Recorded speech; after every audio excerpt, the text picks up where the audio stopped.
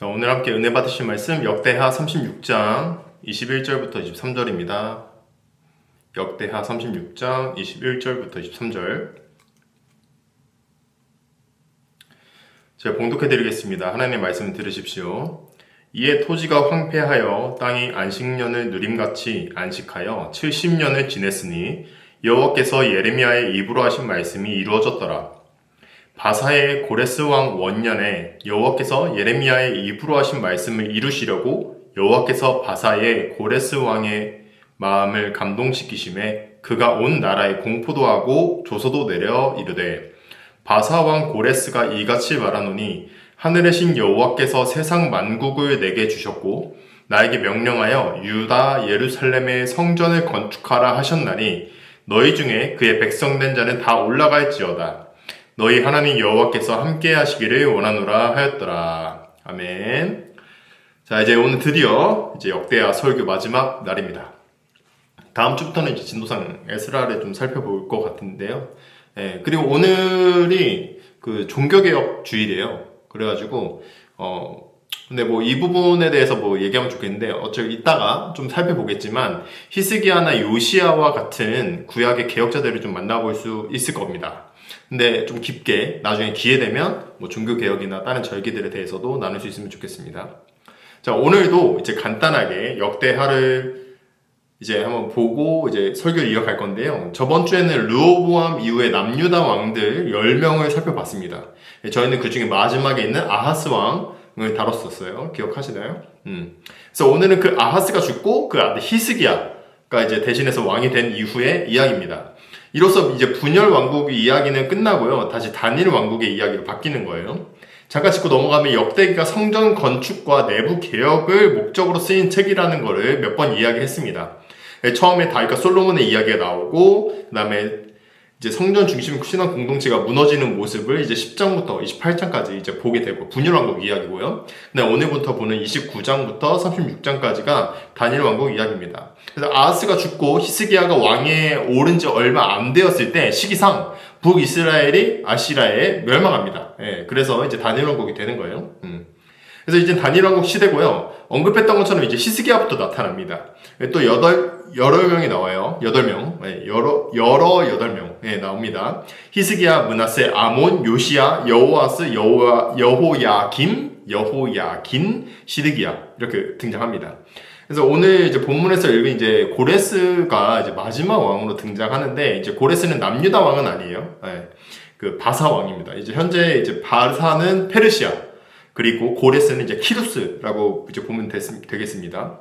이제 또 뭐 구약에 대해서 이제 좀 읽어보거나 관심이 있으면 이 왕들 중에서 이제 히스기야나 요시야의 중요성을 알 겁니다. 이건 제가 이제 스바냐 설교할 때도 이제 이 둘을 좀 이야기했었는데, 왜냐면 이 둘이 종교 개혁을 일으킨 왕이거든요. 그래서 이따가 좀 살펴보고, 나머지는 어떨까요? 그러면 6명은 이제 뭐 별로 그렇게 크다, 당연히 이제 좋게 평가되는 느낌은 없습니다. 오늘 이제 저는 이따가 고레스에 대한 이야기랑 역대기를 마무리하면서 이제 교훈을 이제 생각해보고 이제 설교를 마치려고 하는데요. 그 앞서서 이제 8명의 왕들을 간단하게 이야기하고 좀 넘어가도록 하겠습니다. 저번 주에 10명이었는데 그래도 2명이 줄었어요. 근데 이제 분량은 좀 많아가지고 한번 좀 해보겠습니다. 먼저 히스기야입니다. 히스기야는 아버지가 아하스였잖아요. 그러니까 아하스의 타락한 모습이 있었는데 그게 본받지 않습니다. 역대하 29장 2절에 보면은 다윗같이 행했다, 이런 평가가 나옵니다. 그러니까 29장에 보면은 이제 아빠 아하스가 이제 왕위에 있을 때 범죄했던 것들 있죠. 뭐 그런 것들도 이제 다 정결하게 하고 성결하게 하고 막 제사도 드립니다. 그리고 34절에 보니까 구체적으로 제사장이 부족해서 레위 사람들이 그 번제 짐승들을 이제 잡는 거를 도와주도록 허락도 합니다. 근데 아마도 이거는 이제 저자가 뭐 레위계지 않았을까, 뭐 그런 거기 때문에 이제 삽입되지 않았을까, 뭐 이런 썰도 있는데, 뭐 여튼 그래서 내적으로 엄청 잘했어요. 그리고 이제 30장에 가면은 북이스라엘한테도 이제 초청장을 보냅니다. 초청장을 보내는데, 그래서 6월절을 지키자고 합니다. 많은 사람들이 이제 비웃어요. 아니, 무슨 북이스라엘한테 왜 보내요, 그런 걸? 막 이러면서 비웃어. 근데 일부 진짜 북이스라엘에서 사람들이 내려왔어요. 그래서 거기서 히스기야가 이제 중보기도를 합니다. 이제 북이스라엘이 막 타락하고 했잖아요. 이제 회개 안 하고. 근데 그런 것들을 이제 중보기도를 했던 하느님이 받아주십니다. 그리고 이런 화합을 통해서 30장 36절에 보니까 뭐라고 나와 있냐면 제가 읽어드릴게요. 예루살렘에 큰 기쁨이 있었으니 이스라엘 왕 다윗의 아들 솔로몬 때로부터 이러한 기쁨이 예루살렘에 없었더라. 이렇게 말하고 있어요. 엄청 이제 좋았다는 거죠. 그리고 31장, 이제 30장까지 봤고, 31장에 보면은 이제 시작부터 막 아세라 그 우상들이죠. 막 뚝배기 막 깹니다. 이제 뚝배기 막 깨고, 제사 체계를 재정비하는데 아주 훌륭하게 잘 했습니다. 근데 이제 32장에 보면은 갑자기 아수르 사네립이 이제 정복하려고 쳐들어와요. 이때 히스기야가 또 지혜롭게 그 수문을 막습니다. 그러니까 물을 못 먹도록 막고 성벽을 쌓아서 이제 방어합니다. 불안해하는 사람들한테 우리 하나님이 지켜주실 거다. 그래서 안심도 시키고요. 그리고 이제 이사야 선지자랑 함께 막 기도합니다. 막 기도해가지고 어떻게 됐어요? 하나님이 천사를 보내셔가지고 그 사람들을 다 무찔러 주시는 그런 내러티브를 발견하게 됩니다. 근데 이제 약간 이상하게 마지막에 히스기야가 약간 교만해졌다가 막 다시 회개하고 막 그런 포인트들도 있어요. 이제 11개는 이제 막 그 징표를 보여주세요. 막 그러고 하고 뭐 다양한 내러티브가 있는데 그래서 해가 막 10도 뒤로 막 왔다가 막 그런 것들이 있습니다. 11개에 있어요. 근데 역대기에는 그런 거 기록 안 하죠. 여튼 결론적으로는 사실 아주 잘한 왕이었다. 근데 이제 아들 므낫세는 어떨까요? 아빠가 그랬으니까 이제 또 반대로 또 이제 또 엇나가야겠죠? 또 악을 행합니다. 막 우상숭배하고 난리나요. 근데 또 이제 어떻게 또 찾았는지 아빠가 그 우상숭배했던 거 찾아가지고 이제 석상에 막 절하고 막 그래요. 하나님이 진노하셨겠죠, 당연히. 그래서 므낫세가 아수르한테 포로를 끌려가요. 왕인데 이제 포로를 끌려가. 그때 이제 포로를 끌려가면서 이제 많은 이제 생각이 들었겠죠. 그래서 아빠의 덕이 있어서인지 뭐 보고 자란 게 있어서인지 몰라도 회개합니다. 그래서 하나님이 받아주시고요. 근데 그랬더니 이제 므낫세가 또 확 바뀌어요. 그래서 어떻게 하냐? 우상이랑 막 이런 거 다 제거하고 막 버려. 막 창밖으로 막 던지고 막 버립니다. 근데 므낫세가 잘못한 게 뭐냐면 백성들이 타락하게 만들었어요. 33장 9절을 보면요. 읽어드릴게요. 유다와 예루살렘 주민이 므낫세의 꾀임을 받고 악을 행한 것이 여호와께서 이스라엘 자손 앞에서 멸하신 모든 나라보다 더욱 심하였더라. 이렇게 얘기하고 있어요. 그러니까 겨우 회개는 했는데 그 결과와 책임은 여전히 남아있다는 거예요. 다음 왕은 이제 아몬입니다. 아몬은 므낫세가 우상숭배했던 거를 뭐 어떻게 찾았는지 똑같아. 막 이제 다시 제사하고 섬기는 악을 행합니다. 므낫세는 이제 그 뒤에 버렸잖아요. 또 찾아가지고 막 했던 거예요. 그리고 이제 겸손하게 회개도 안 합니다. 그랬더니 갑자기 그 역대기 기록에 보면은 갑자기 그의 신하가 반란에 일으켜서 죽여요. 딱 그렇게 표현이 됩니다. 그리고 그 아들 요시아가 이제 왕위에 오릅니다. 그러니까 아빠가 갑작스럽게 죽었으니까 요시아의 나이가 어땠을까요? 어렸어요. 몇 살? 8살. 근데도 아주 훌륭히 종교 개혁을 해냅니다. 20살 때 우상 숭배하는 걸 척결합니다. 뭐 요새 초딩들은 이제 막 탕후루 먹고, 물론 이제 요새는 탕후루도 한물 같지만 뭐 그런데 우상 숭배하는 거를 척결합니다. 근데 이거 20살 때야 사실. 20살 때 척결하고, 그리고 성전을 수리하다가 이제 성전을 수리하려고 이제 하는 와중에서 어떻게 율법책을 발견합니다. 그리고 그걸 읽고 왕이 회개합니다. 막 옷을 찢었다 이런 표현을 하죠.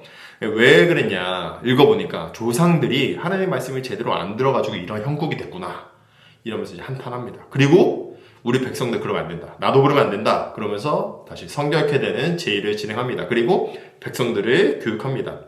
34장 30절부터 32절까지 한번 읽어보면요. 여호와의 전에 올라가매 유다 모든 사람과 예루살렘 주민들과 제사장들과 레위 사람들과 모든 백성이 노소를 막론하고 다 함께한지라. 왕이 여호와의 전 안에서 발견한 언약책의 모든 말씀을 읽어 무리의 귀에 들려주고, 왕이 자기 처소에 서서 여호와 앞에서 언약을 세우되 마음을 다하고 목숨을 다하여 여호와를 순종하고 그의 계명과 법도와 율례를 지켜 이 책에 기록된 언약의 말씀을 이루리라 하고, 예루살렘과 베냐민에 있는 자들이 다 여기에 참여하게 하매 예루살렘 주민의 하나님 곧 그의 조상들의 하나님의 언약을 따르니라. 이렇게 나오고 있습니다. 그리고 이제 35절에 이제 그 뒤에는 뭐가 나오냐면 이제 유월절을 지키고요. 유월절 이후에 7일 동안 지속되는 히브리인의 축제가 있습니다. 그때 이제 무교절이거든요. 이 무교절까지도 잘 지켰습니다. 35장 18절에 뭐라고 나오냐면 성경을 한 번 더 읽어볼게요. 18절. 선지자 사무엘 이후로 이스라엘 가운데서 유월절을 이같이 지키지 못하였고 이스라엘 모든 왕들도 요시아가 제사장들과 레위 사람들과 모인 온 유다와 이스라엘 무리와 예루살렘 주민과 함께 지킨 것처럼은 유월절을 지키지 못하였더라 이렇게 나오고 있습니다. 근데 이렇게 말하면서 이제 뭘 얘기하고 있는 거냐면 이 지점들이 지금 이 6월절 지킨 게 있잖아요. 지금까지는 못했다는 거예요. 근데 요시야 때 함께 지킨 것만큼 못했다는 거예요. 했던 사람들이 있었지만. 근데 이렇게 말하니까 얼마나 성대하게 잘했을까 이런 생각이 듭니다. 이런 느낌이 들어요. 책을 읽으면, 성경을 읽으면. 심지어 그 안에서 막 즐거움이 느껴지는 것 같아요. 나만 그래? 그래서 근데 이제 그래서인지 몰라도 약간 태도가 좀 바뀝니다. 마지막에. 그 이유는 잘 모르는데 요시야가 굳이 싸우지 않아도 되는 전쟁에 들어가서 죽게 돼요. 하나님 말씀에 순종하지 않았어요. 마지막에. 그래서 죽습니다. 그리고 이제 여호아하스가 즉위합니다. 근데 이제 상당히 짧은 시기를 통치해요. 이제 3개월 하거든요. 3개월. 당시 이집트가 이제 패권을 장악하면서 이제 그를 폐위시킵니다. 여호아스를 폐위시켜. 그리고 돈 뜯어가요. 삥 뜯어가요. 그리고 그 자리에 엘리야김을 그 자리에 올립니다. 그리고 창시개명시켜요. 그게 여호야김입니다. 그리고 이제 사실 여호아스랑 어떤 관계냐면 여호아스가 동생이에요. 동생이고 여호야김이 김이랑 김이 있어. 김이 먼저예요. 여호야김이 형이에요. 근데 동생이 여호아스가 잡혀가요. 형은 어떻겠어요? 막 불안하고 그리고 막 동생 막 잘리고 막 이런 거 보니까 어떻게 해요? 이집트의 하수인처럼 생활할 수밖에 없었겠죠. 그러면 당연히 우상숭배를 하게 되고 악을 행하게 됐겠죠. 다음에 나오는 여호야긴도 짧게 통치해요. 8살이 돼가지고 3달하고 열흘, 그러니까 100일 정도인데, 그러니까 100일 다스리고 또 잡혀갑니다. 그리고 이집트가 그 자리에 시드기야를 올려요. 시드기야는 요시야 왕의 한 아들이에요. 그러니까 여호야긴의 작은 아빠예요. 작은 아빠. 근데 뭐 완전 망했겠죠. 안 봐도 뻔하죠. 네. 36절 14절에 보면은 이 나라가 얼마나 망가졌는지 보여주는데요. 14절이에요. 36장 14절. 모든 제사장들의 우두머리들과 백성도 크게 범죄하여 이방 모든 가증한 일을 따라서 여호와께서 예루살렘에 거룩하게 두신 그의 전을 더럽게 하시며 이렇게 나옵니다. 그러니까 제사장들을 포함해서 모든 백성들이 우상 숭배하고 하나님의 성전을 더럽게 했죠.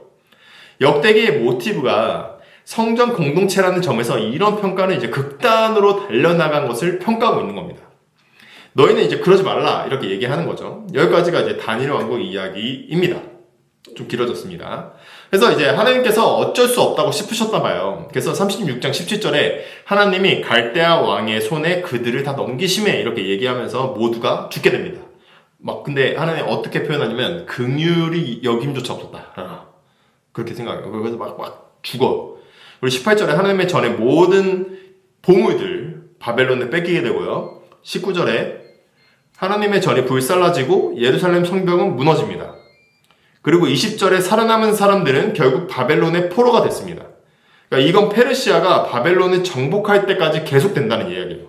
그리고 이제 오늘 본문인데 본문 다시 한번 읽어볼게요. 역대하 36장 21절부터 23절까지입니다. 제가 읽어드릴게요. 이에 토지가 황폐하여 땅이 안식년을 누림같이 안식하여 70년을 지냈으니 여호와께서 예레미야의 입으로 하신 말씀이 이루어졌더라.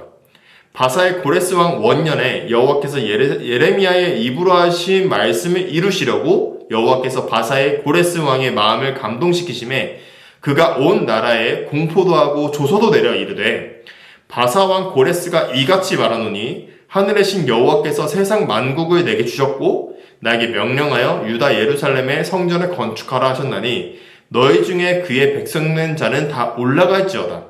너희 하나님 여호와께서 함께 하시기를 원하노라 하였더라. 이렇게 나오죠. 그러니까 21절에 보니까 예레미야의 입으로 한 말씀이 이루어졌다고 하는데 이게 무슨 예언이었냐면 너희가 이제 하나님 말 안 들었기 때문에 70년간 포로가 될 것이라는 말이었어요. 그러니까 그게 이루어졌다는 말입니다. 근데 여기서 재밌는 게 뭐냐면 다음 절에 나오는 키루스 왕은 고레스는 이방인이잖아요. 그러니까 바사, 페르시아 사람이란 말이죠. 근데 하나님께서 쓰시는 겁니다.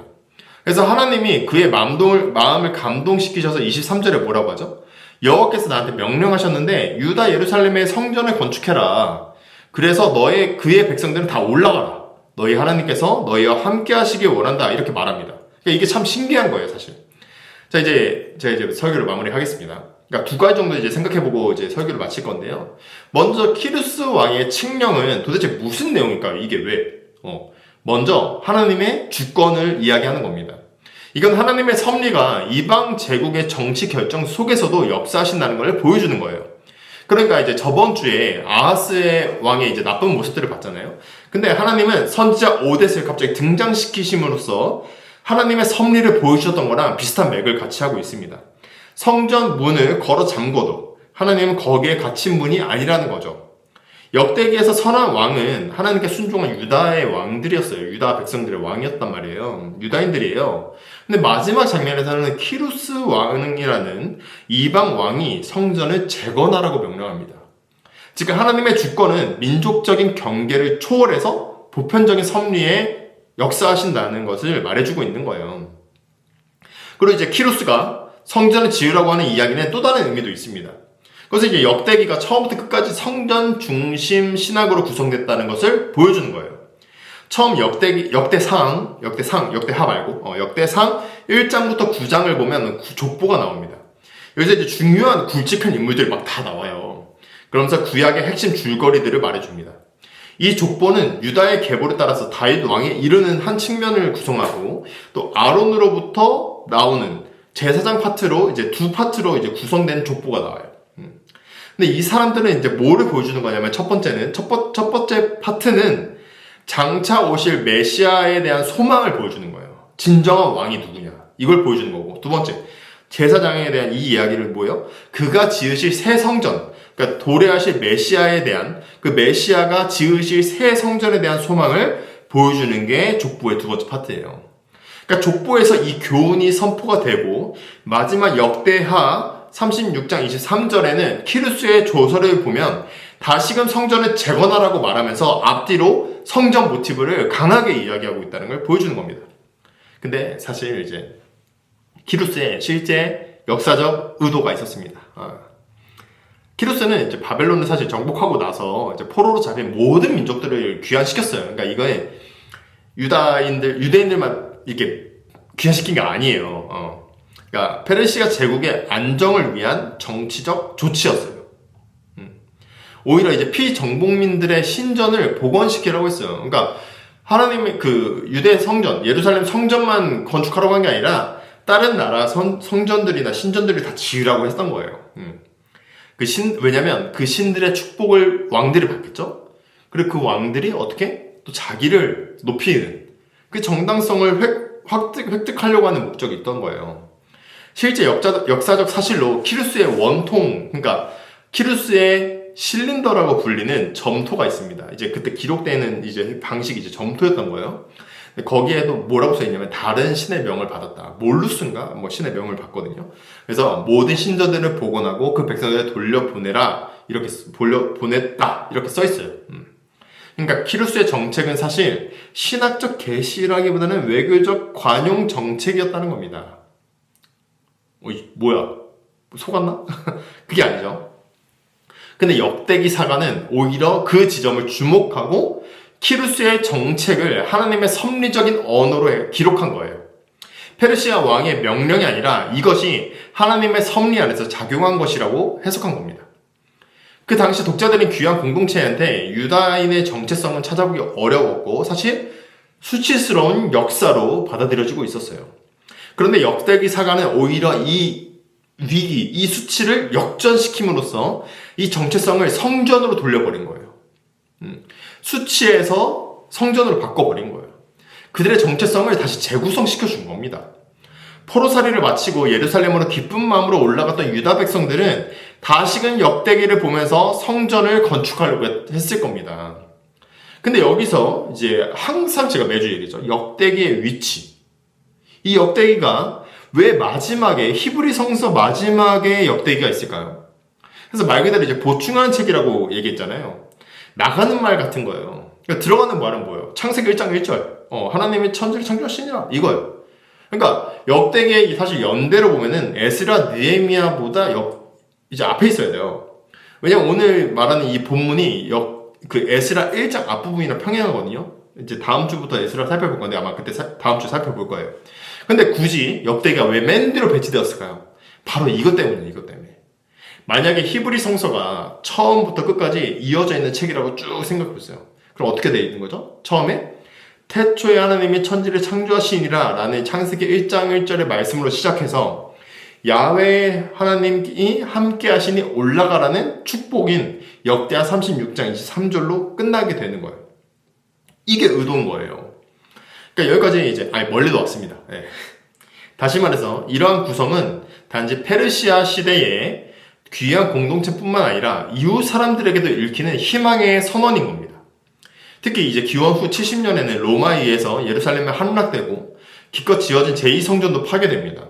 그때 이제 성전을 잃은 유대인들은 얼마나 절망하겠어요. 근데 히브리 성서를 보면 어떻게 다시 내가 그 성전 공동체, 성전 신앙 공동체라는 정체성을 확보할 수 있게 된다는 거예요. 그리고 그 하나님이 나와 함께 하시는구나. 이 어려운 상황 속에서도 좌절하고 어떻게 보이지 않았던 이 상황 속에서도 하나님이 나와 함께 하시는구나를 우리가 알게 된다는 것이죠.